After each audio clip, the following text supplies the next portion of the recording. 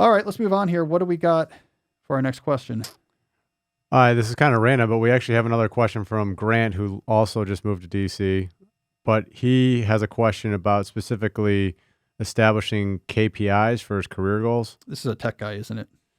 He works with Google Ads. Yeah, I know the tech So guys when I hear them. we'll take a listen. Hi, Cal. My name is Grant. I work as a embedded software engineer. I'm also very interested in DIY electronics and the maker community. In college, it was easy for me to sit down and work on personal projects that involved coding, simple PCB and circuit design, etc. Now, even though I do have mental energy when I end my workday, I find it difficult to sit down and do more coding. You briefly mention coding as a hobby in your book, Digital Minimalism, but you then go on to describe more traditional offline hobbies to get your mind off of social media and the internet. I've tried some of these things first thing in the morning, but I find it to be a little bit unsustainable. And more than that, this is supposed to be a hobby to take my mind off of things after work so that I don't end up just binging Netflix. Is this hobby destined to fall out of my life just because I happen to also do something similar full time? Or is there a way I can find a happy medium for both personal and professional coding? Thanks. Well, Grant, that's a good question. It hits home. That's actually a specifically a hobby I'm interested in as well. I would like to do more DIY electronics projects. And I've actually had a hard time, just like you, getting this up and running. The the time just isn't there right now. I'm finding I don't quite have the time. I'm not getting the right momentum going. I've had computer programming hobbies before. So a couple years ago I used to build computer games for my older boys, and I kind of got in a groove on that computer game programming, even though I was working on computers all day. So I feel you. And because I'm struggling to get the exact same hobby going and not haven't been that successful at it. I have four things to suggest that might make this helpful. Underscoring everything I'm going to say here, however, is don't sweat it.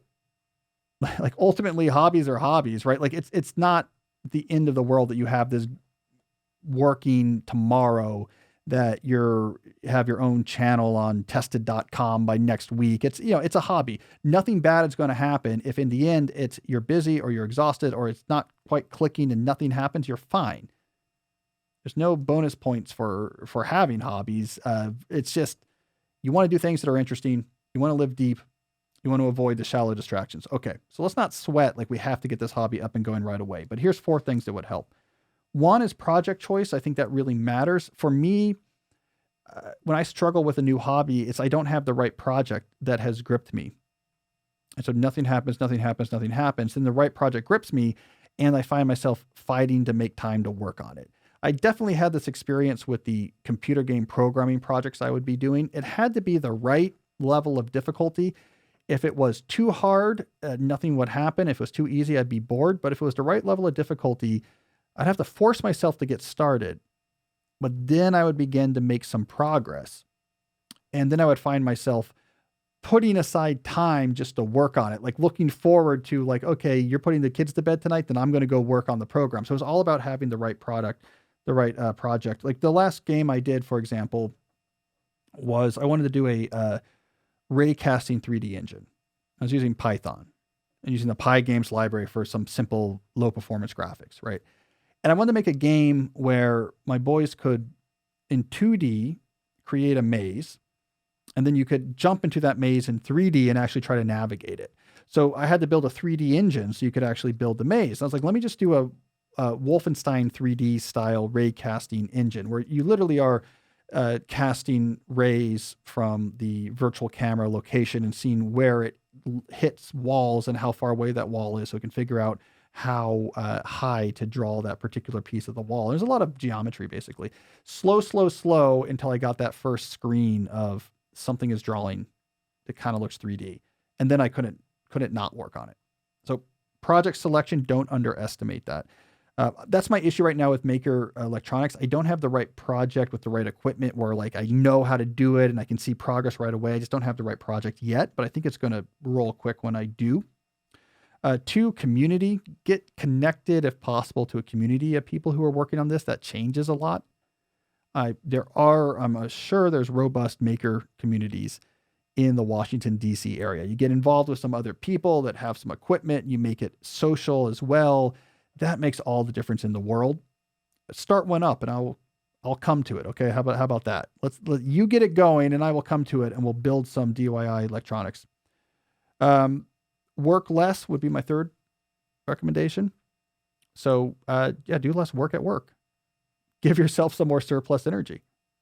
I know that's a bold thing to say in the abstract, but here on this podcast, we know how to get that done. I mean, we know how to actually apply time management theories that actually are incredibly effective. Go to the YouTube channel, watch the Core Ideas video from the Core Ideas playlist on time management, and I will walk you through the principles of how I organize my time. If you're doing those type of things, you can claw back a bunch of time and still, as far as your bosses are concerned, be an incredibly productive person that they can count on. Don't be worried about doing that. Don't be ashamed about doing that. If you get more productive, that is your benefit. You know, if right now you're producing work that everyone's happy with and you find a way to do that in 2 less hours a day, that is not a problem. That is a benefit you should cash in on. So consider working less. Take some projects off your plate and get much more organized about the work you have. Free up more energy, more time, so that you have that energy and time to actually work on the project. And finally, do the physical first.